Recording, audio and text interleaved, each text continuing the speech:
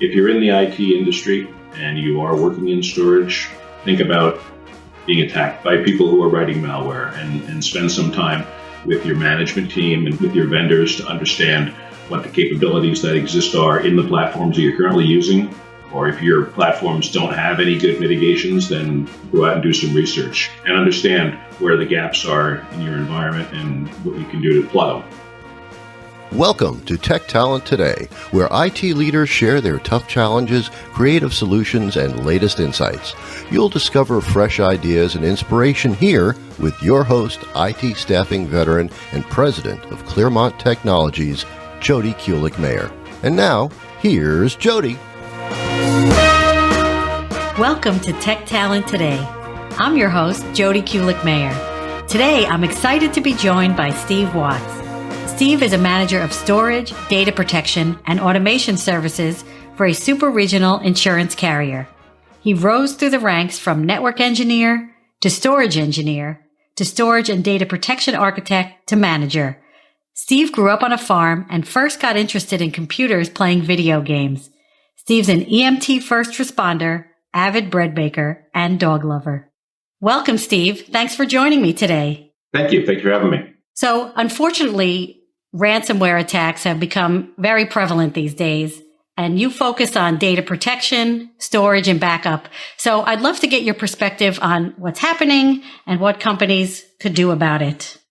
Yeah, ransomware is getting kind of crazy these days, right? So, there was a point in time when, you'd worry about getting a virus in your enterprise.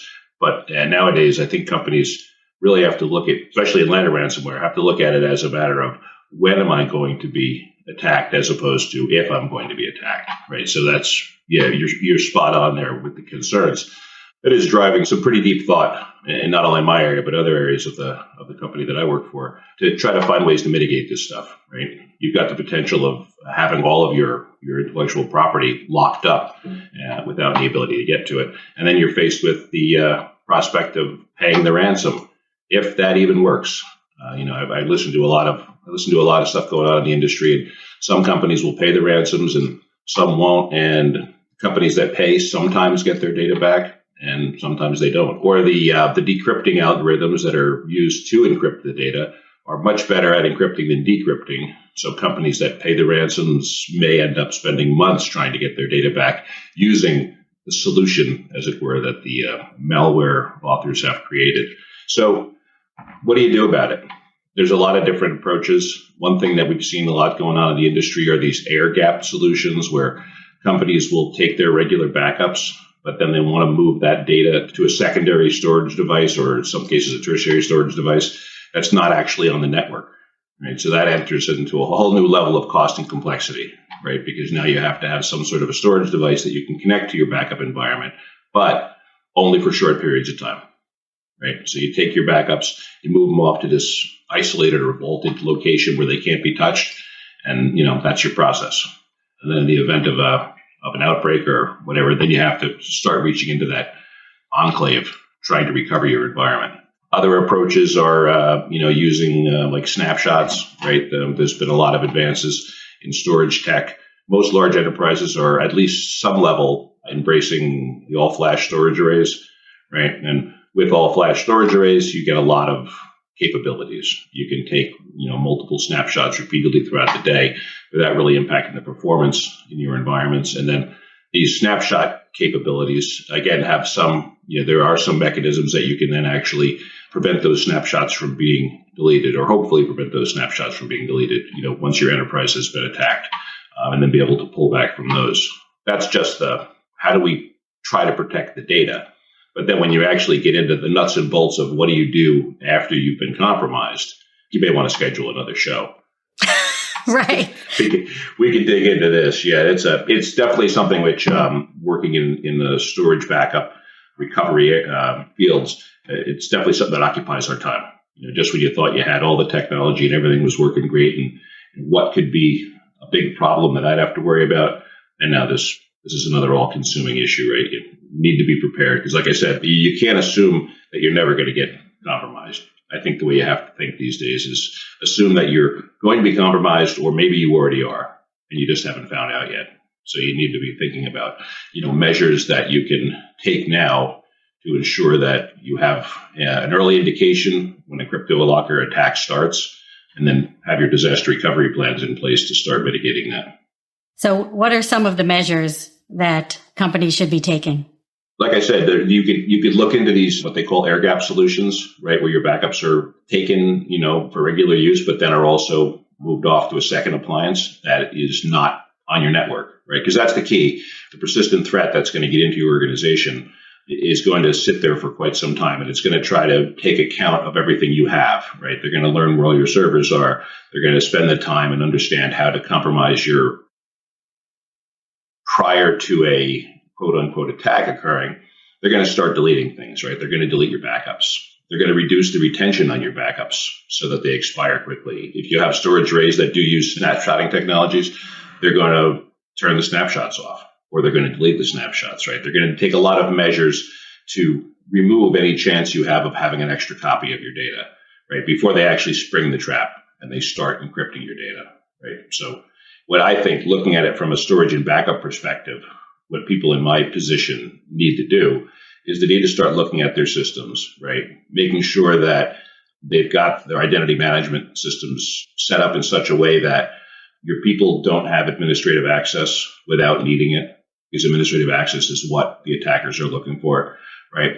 And then if you maintain systems that are for production, and then you have your systems that are maintained for your backup, or for your, not for your backup, but for your disaster recovery, right? So, kind of in the idea of this air gap solution, or even if you just have multiple storage devices and one of them is the one that you plan on going to the day that something really bad happens, that piece of equipment should have different credentials, right? It shouldn't be accessible the same way as the rest of your systems are, right? It should be totally different.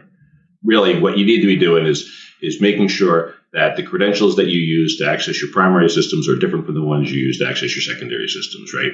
And that you are looking at all of your systems and making sure that they're sufficiently hardened, right? A lot of the OEMs, the manufacturers, will actually provide services. They come in and look at your systems, make sure you're applying best practices to your passwords, to your password expirations. If you use various types of certificates or security, for security or access, you want to make sure you have all that stuff reviewed. Basically, the idea is that people in this position need to be making sure that their systems are as isolated as possible, right? Isolated from a management perspective. And then if the manufacturers offer capabilities to help protect, right? So here, I'll plug a manufacturer, right? We use Pure Storage in our enterprise, and all flash storage products. They offer some specific capabilities, which I won't go into in case somebody in the hacking community doesn't know about them, but they offer capabilities that will make it a lot harder for a persistent threat in the environment to actually get to you, right? Kind of thing where you have to turn two keys to cause something to happen, and the keys aren't controlled in one place. So things like that, anything you can do to make it more difficult for the would-be attackers, and also anything you can do to understand if a problem is occurring, right? Another pro tip for storage administration, right? If you're using all flash storage arrays, you're probably relying heavily on deduplication for your storage, right? Because all flash is a very efficient medium as long as you can dedupe, and we can do another show on that if you want to know more about dedupe.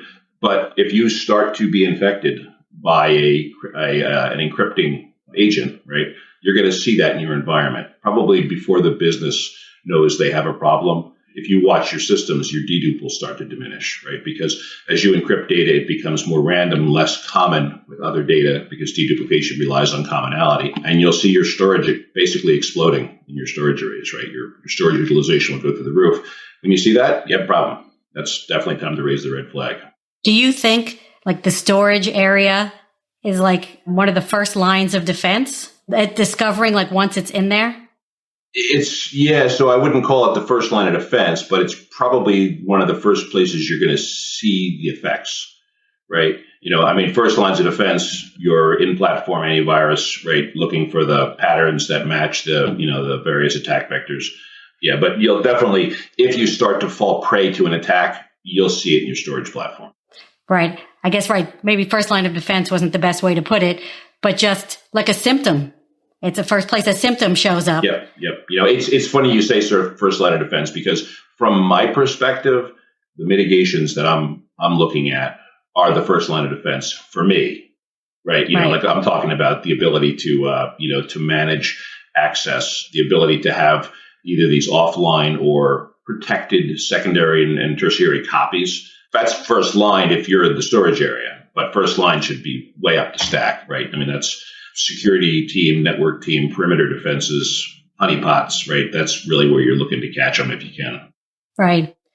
So how did you get into storage and backup and computers in general? Like you mentioned to me, you grew up on a farm. So I wouldn't think IT would necessarily be the first place you'd think of making your career. So how did that all happen? I guess the Atari 2600.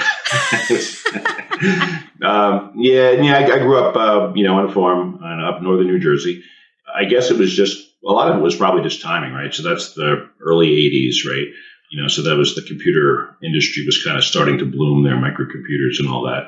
I don't know. I just kind of saw it as a new thing I wanted to understand, And then the side effect is I wouldn't have to work in the fields if I got a nice computer job. So right. There was that. And as far as, progression, it was the 80s, man. I completely missed out on the dot-com bubble. I was busy doing other things at that point in my life. But then I got into, I went to a trade school, learned how to program COBOL and RPG and all the legacy languages that nobody wants to talk about anymore. Worked in various industries doing computer service, computer support. Worked for a couple organizations in their enterprise, compute teams. And storage just kind of came about as an opportunity, right? With one organization, we were just starting to grow a storage footprint, right? Because, back in the day, the SANs took a little while to show up, right? So everybody had a computer, right? And then maybe you had a server, right? And the server had all of its storage internal, right? But over time, that became impractical, right? And the storage area networks started to pop up. And in the company that I was in at the time, when the storage area network came in, we had one dedicated individual who took care of it, right? Actually hired directly from the manufacturer of the equipment. Over time, as the SAN grew, I saw opportunity there, right? Because we had one individual that was responsible for dealing with all of this. And that particular fellow couldn't take a day off, right? So opportunity arose, got involved in the storage part of our compute operations and, joined the team. So. And also, I know that you're also responsible for automation. So how has that changed storage and backup? Nowadays, right, we're trying to do everything as nimble as possible. Everything in IT, you might consider, is ripe for automation opportunities. The days of building servers by hand is gone, right? We used to spend an afternoon in the data center, right? You'd rack your server and then sit down with a box of disks and load software and reboot, and install drivers. And, so, automation kind of starts for us at that point, right? So you want to, rather than manually building equipment, you want to have processes that will do that repeatedly every time. And when we get into the storage space, it's the same sort of thing. There can be some fairly complex processes that have to be repeated each time storage is brought online, and it just becomes a lot easier to deal with if rather than needing to put a document in somebody's hands and hope that they get it right every time, to just take those processes and automate them.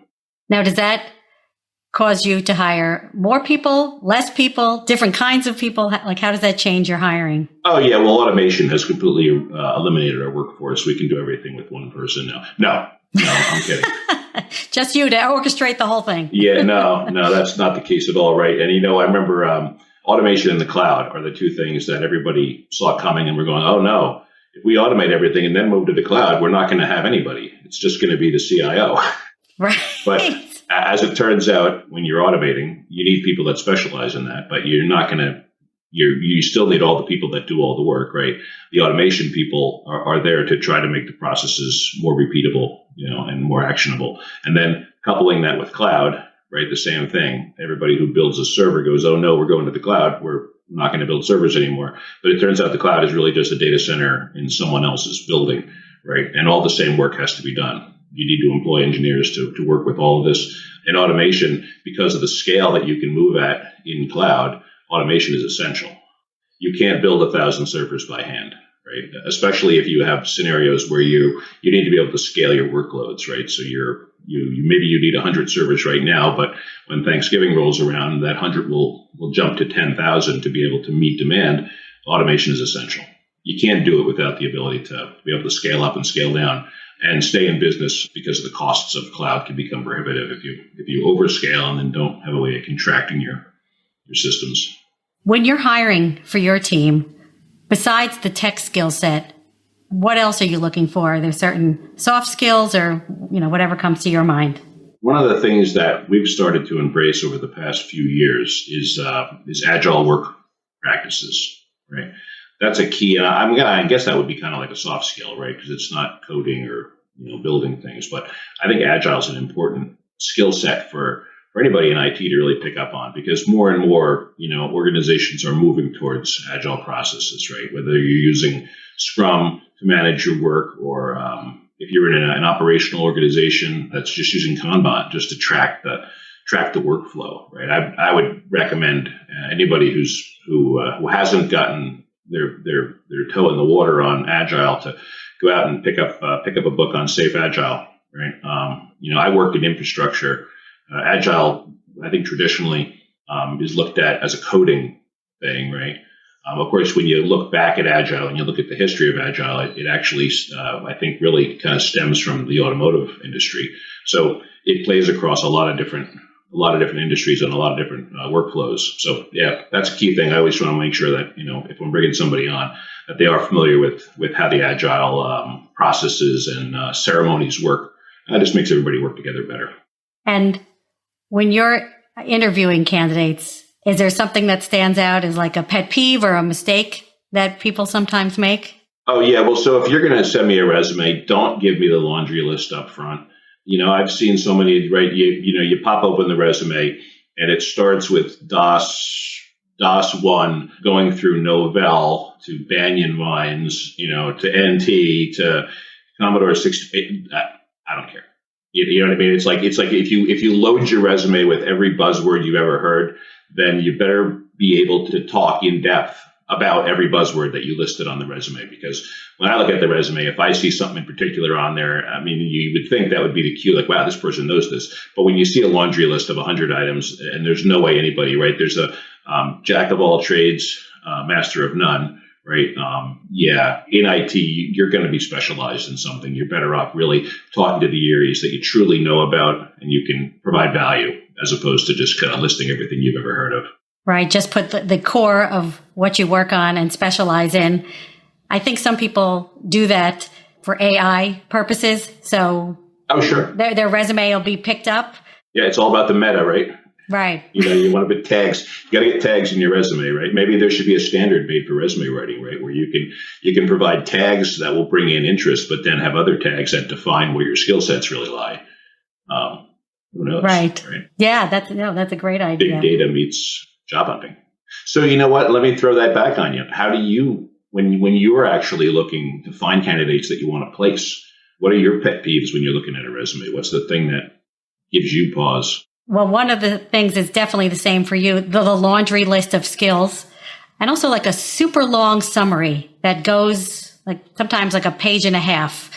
That's not really... It's not a summary, is it? No. A lot of times I just skip over that to the first job to see what someone's doing, also what they accomplished, not just what they were responsible for, is really important. And not having like a 10-page resume. I don't think the old-fashioned idea is you need like a 1 or 2 page resume. I think it can be 3 or 4 pages, especially if you have like 15 years experience. But it should be the key items and the current items. You don't have to necessarily put your job from 20 years ago where the technology is not relevant. Makes sense. Yeah, makes sense. So I have a follow-up question for you, if you don't mind. Sure. Resume or LinkedIn? Well, I do always go to look at the person's LinkedIn because it can be swaying what they put on the LinkedIn, especially the recommendations. Sometimes you could see a theme of what everybody writes about the person and like gives a flavor of what it's like to work for them. And I think it's compelling. And I think it's always helpful to have a picture to show your professional self. I have seen some pretty hilarious pictures that I don't think people should put up, like a picture of yourself in a grotto or eating Oreo cookies. Sometimes I'm surprised what people put up there. I guess that's a problem with public life in general, right? A lot of people don't realize what they put up there. Now, in LinkedIn, you'd think they'd have a good handle on what they're posting, but because of the pandemic, there's been more video interviewing. What are your thoughts on that?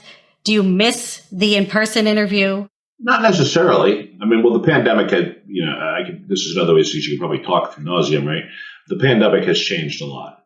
I do thoroughly appreciate the number of collaborative tools that have either sprung up or have been really kind of brought into mainstream, right? I mean, there was a lot of podcast, or not a lot of podcast, a lot of video collaboration tools kicking around in 2019, right? But a lot of them were kind of fledgling and didn't know if they were going to have a purpose in life. And then the pandemic kind of drove that, right? Look at Zoom. I think Zoom was trying to get something going, but then when the pandemic hit, Zoom took off, right? And that, that's the case for a lot of other things, Microsoft Teams, all these different collaboration tools that are out there. So now collaboration is becoming ubiquitous, right? Where before you really had to, I got to go, which client should I use? Now it's most people's computers probably have 6 clients loaded all the time. And I think for interviews, there's a lot of benefit there, right? It's easier to set up an impromptu interview with someone, especially if they're geographically, diverse from you, right? And I'll say that depending on what skill sets you're looking for, video interview, is kind of like the precursor to being able to interview somebody who's, on the other side of the country or on the other side of the world. So, I mean, there's definite benefit there, right? I had, this is nothing I was thinking about prior to this call today, but I sat at, it was either a Pure Storage or it might have been a VMware, or it might have been an EMC show one year, and they did their keynotes. The individual who was doing the keynote, and I'm blanking on his name right now, was from Wired. Kind of the talk about his speech. Now, this is pre-COVID. He gave a long talk about the fact that he was involved in a project, and he had a group of really talented coders involved in the project. But his primary coder, his go-to guy, was in Sao Paulo. And, he said he would have never had, and this was like, the guy was just like he was like in his early 20s, right? And he would have never had access to somebody with this talent set if he didn't have the ability to work around the world, right? So video conference, collaboration, online collaboration. So I probably got a little bit off the subject there, but I think the ability to use the collaboration tools to interview people is great, right? Saves time, but then it also gives you the ability to interview people that are not going to make it into your office anyway, because they're too far away. And so I think it's giving companies the ability to access labor markets and talent pools that would just be not available to them otherwise. Right. It makes the world a lot smaller. Yes. Also, just to go back to the collaboration tools and access to people globally, it's seemingly, I guess, controversial now, or I don't know if controversial is the right word, but a lot of companies are wanting their people to come back on site soon, more than sometimes maybe in a hybrid. It seems like companies are still not totally comfortable with fully remote. What are your thoughts on that? I think for a lot of companies, especially companies that have been around for, 50, 100, 200 years, right? I mean, old companies, I think there's a lot of tradition in having people in the office, right? I mean, that's, there are some companies that just the way their business works, they rely on personal interaction, right? So there's always going to be a requirement for some people to be back in the office. I think certain skill sets, certain areas where people work, and I'll use IT. So that's where I've been living for my career.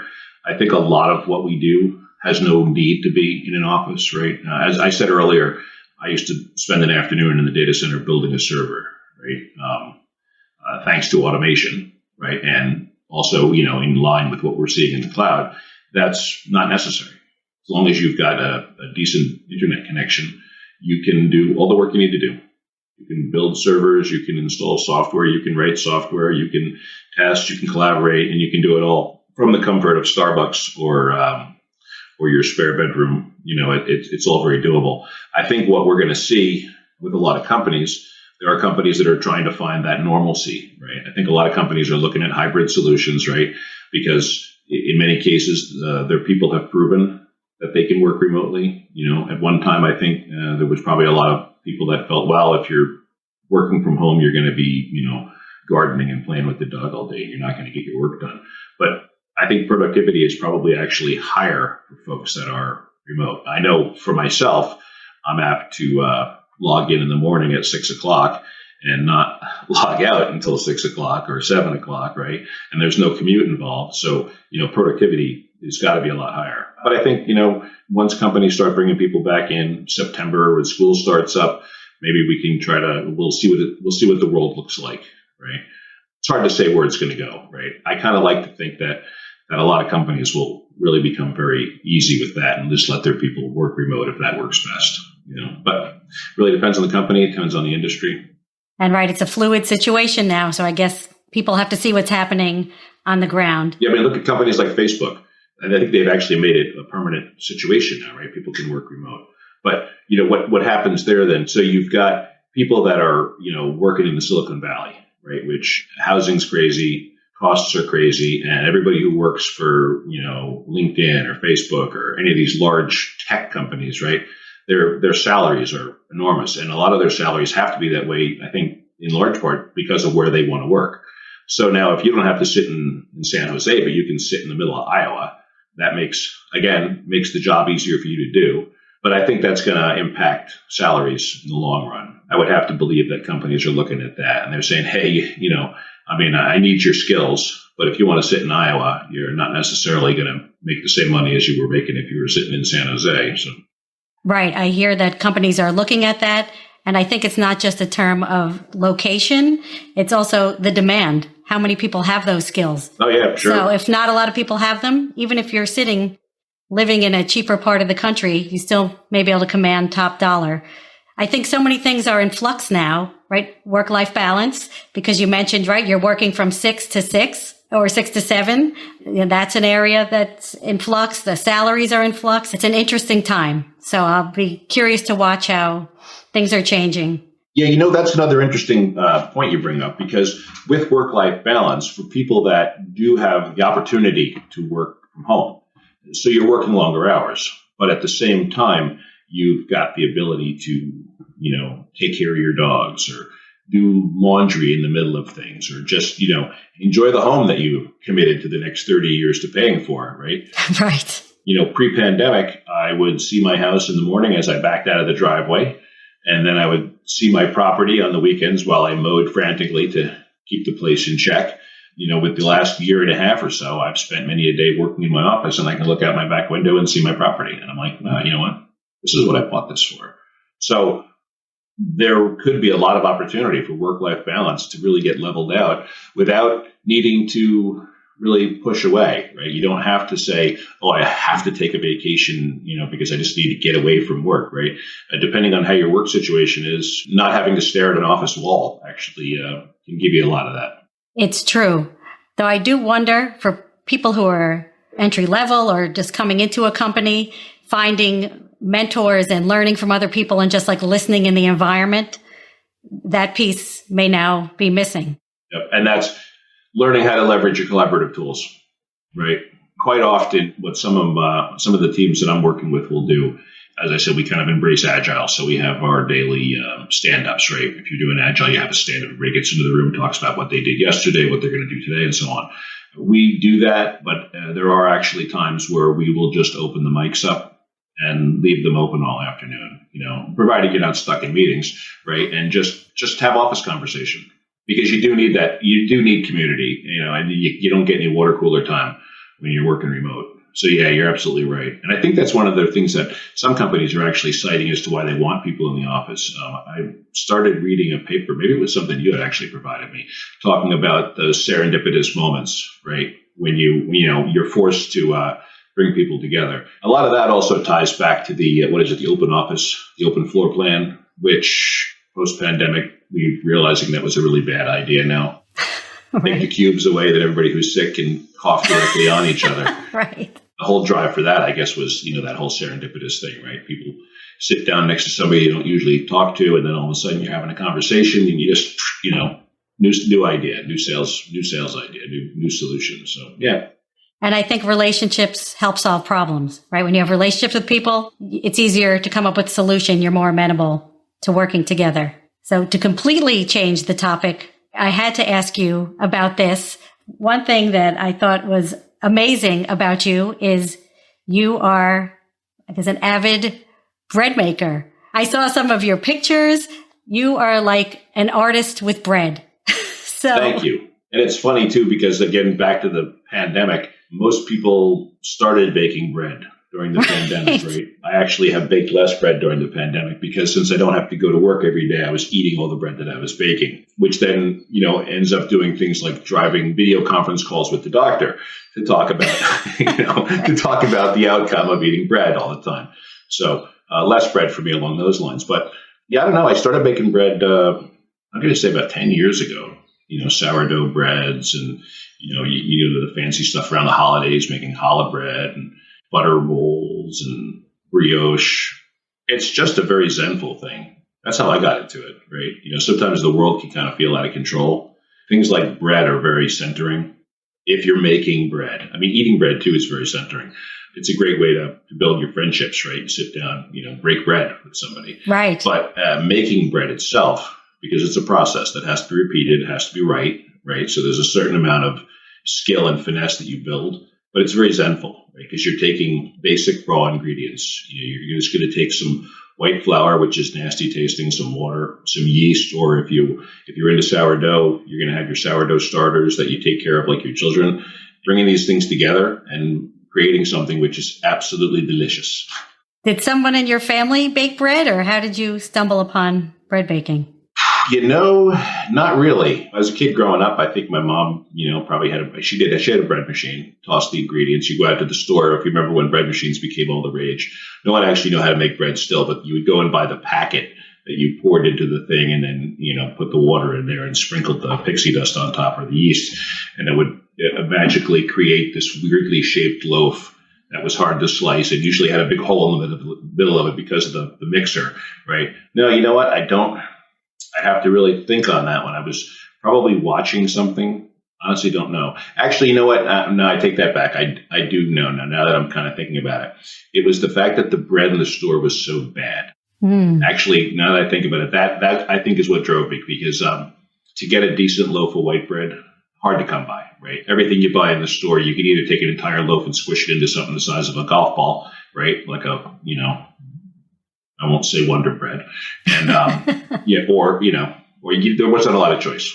I think that's actually what started me on the bread path. And then I read I think it was a piece in the New York Times about no knead bread, right? I don't know if you recall ever seeing those articles, right, where the author basically just described how you would take some dough, some flour, and some yeast and some water. Put it in a bowl and just mix it up really lightly, cover it, and let it sit for a day. And then tomorrow you could bake it. And I think that was the first thing I actually tried, just that really simple no knead. And then that went down a rat hole, found some websites talking about doing the no knead bread.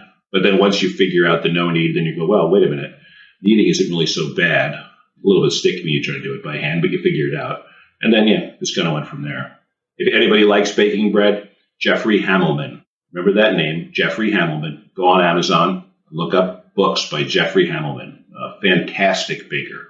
Yeah, we'll put a link in the show notes for people. Yeah, we'll find it and put the link there. Yeah, actually, there's a book, I believe it's just called Bread, Jeffrey Hamelman Bread. If anybody who's listening has ever seen in the store King Arthur's bread, King Arthur's flour, right there, I think up in like Maine or there's somewhere up north. Don't quote me on the location.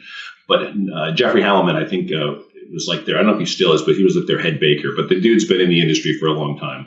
He wrote this book, Bread, very approachable, but also designed so that if you're sitting at home and you want to make one loaf, gives you all the understanding and steps to do it.